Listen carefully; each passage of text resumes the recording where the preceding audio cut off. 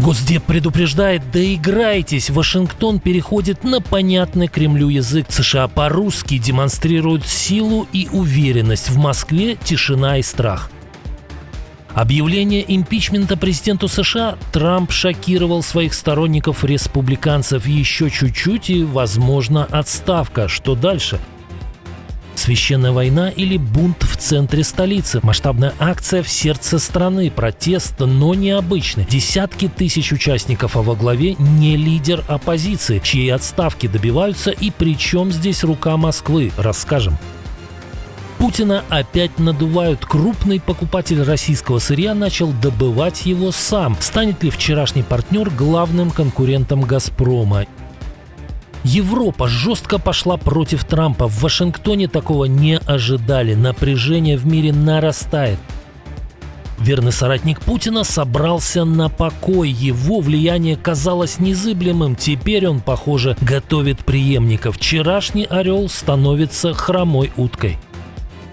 Громкий скандал в российской оппозиции. Одного из известных соратников Навального могут лишить вида на жительство в стране Евросоюза. Об этих и других событиях к утру среды 7 января. Самые важные и срочные новости, эксклюзивные подробности. Вы смотрите информационный выпуск «Нехта». Оперативно о событиях в Украине, России, Беларуси и мире. Раньше и понятнее других. Все, что нужно знать сегодня.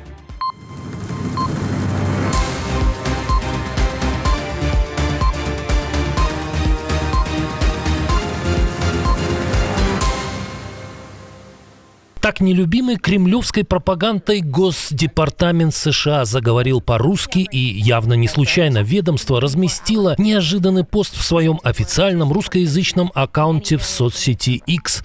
Президент Трамп – человек дела. Не знали? Теперь знаете. Не играйте в игры с президентом Трампом. Оригинал на английском вышел 3 января, сразу после американской операции в Венесуэле, но потом его продублировали и в аккаунте на фарси, наверное, чтобы это послание точно прочитали в Иране. Теперь этот пост появился и в русскоязычной версии. Фраза «Не играйте в игры» сопровождается фото, на котором Дональд Трамп и его команда наблюдают за ходом операции по поимке Николаса Мадуро. Абсолютная решимость. Кому адресован сигнал, формально не сказано. А какие у вас версии?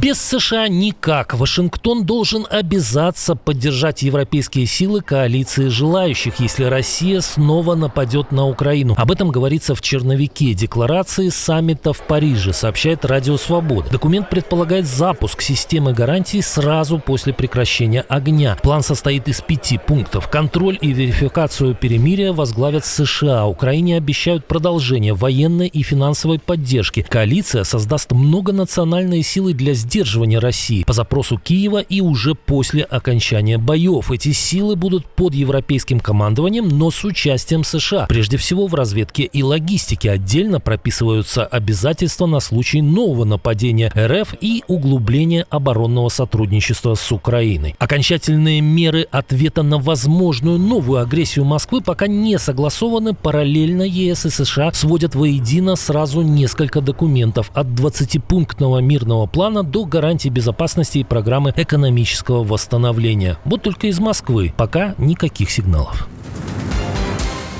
Столица вышла на улицы, тысячи людей приняли участие в самом необычном церковном ходу. Вместо главы церкви его возглавил премьер-министр Армении Никол Пашинян. Мероприятие началось после рождественской литургии в кафедральном соборе. Вместе с Пашиняном шла его супруга Анна Акопян, а также чиновники, депутаты правящей партии «Гражданский договор». В центре столицы акция уже собрала десятки тысяч участников. Их требование – мирная отставка главы армянской апостольской церкви Горегина II. Поводом стали обвинения, которые Пашинян ранее сформулировал публично. Католикосу вменяют нарушение обета безбрачия. Премьер утверждает, что у церковного иерарха есть ребенок, но что-то подсказывает, что главная причина лежит в политической плоскости. Горегин годами ориентировался на Москву и так называемый карабахский клан в самой стране. И, похоже, Пашинян решил перестать мириться со вмешательством иерарха в политический процесс. У России появляется еще один совершенно неожиданный конкурент, и это бьет очень больно. Потеряв европейский рынок, Москва рискует лишиться и Турции. Анкара объявила, уже в следующем году она удвоит добычу газа в Черном море, а к 2028-му увеличит ее в 4 раза. Сейчас собственного газа хватает примерно для 4 миллионов домохозяйств. Цель – обеспечить 75%. Чем больше своего газа, тем меньше нужды покупать российский. Турция действует системно, запускает плавучие платформы, бурит новые скважины, ищет ресурсы в Ливии и Ираке и параллельно строит энергетический хаб, СПГ-терминалы, трубы и выход на Европу. Посыл прямой: газ в ЕС можно качать через Турцию и без России. Страна, привыкшая зарабатывать и давить газом, из этой схемы постепенно выпадает.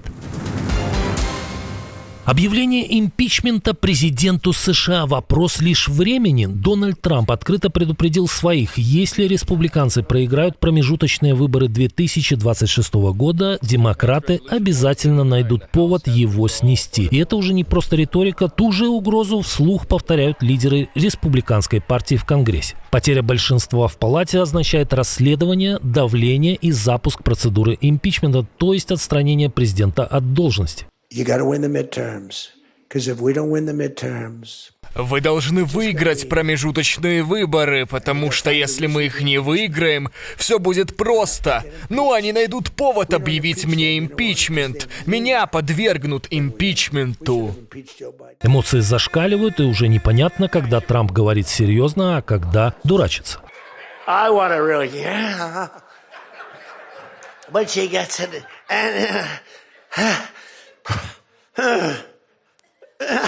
А поводы для импичмента появляются ежедневно. Демократка Эйприл Делейни призвала рассмотреть импичмент из-за военной операции США в Венесуэле без одобрения Конгресса, назвав это нарушением Конституции. Формально снять президента сложно, но смысл другой. Ближайшие выборы в США превращаются в вопрос выживания Трампа. Проигрыш открывает дверь к политической войне против него.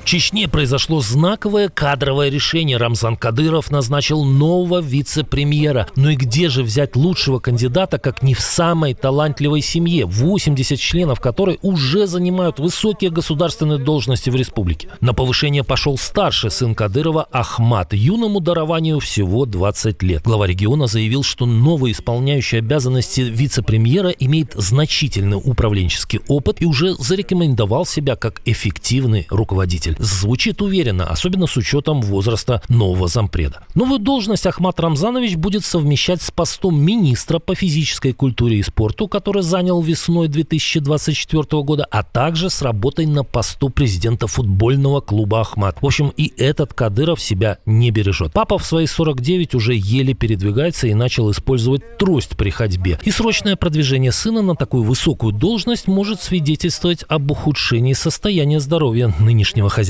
Чечни.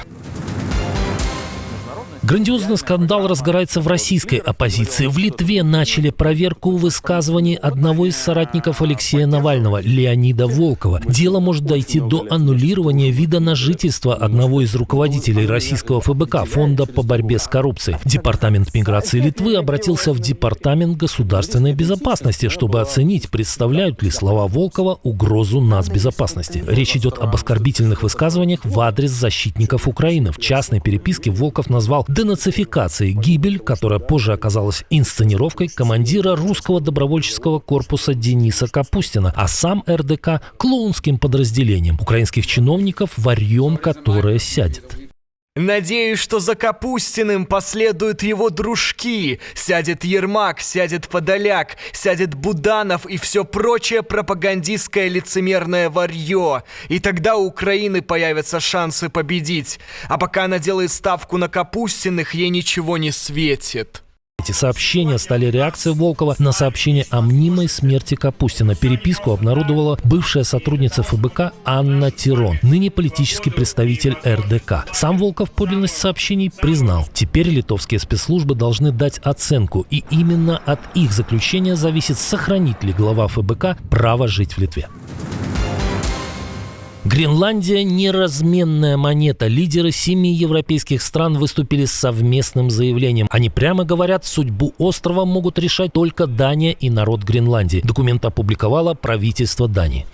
НАТО четко заявило, что арктический регион является приоритетом, и европейские союзники активизировали свои усилия. Мы и многие другие союзники увеличили присутствие, деятельность и инвестиции, чтобы поддерживать безопасность в Арктике и сдерживать соперников. Королевство Дания, включая Гренландию, является частью НАТО. Европейские лидеры напомнили о принципах устава ООН: суверенитет, территориальная целостность и неприкосновенность границ. Все это не подлежит торгу. Под документом подписались Эммануэль Макрон, Фридрих Мерц, Джорджа Мелони, Дональд Туск, Педро Санчес, Кир Стармер и Метте Фредериксон. Посыл предельно ясный: любые разговоры о чужой Гренландии мимо Европы и мимо международных правил. Правда, пока против Вашингтона осмелились выступить только 7 стран Европы. Норвегия впереди планеты всей. Страна стремительно прощается с бензином. В 2025 году Норвегия установила рекорд. Почти 96% всех новых легковых авто оказались полностью электрическими. В декабре цифра и вовсе подскочила до 98%. Бензин и дизель уже экзотика. За год в стране зарегистрировали около 180 машин, и почти все они электрокары.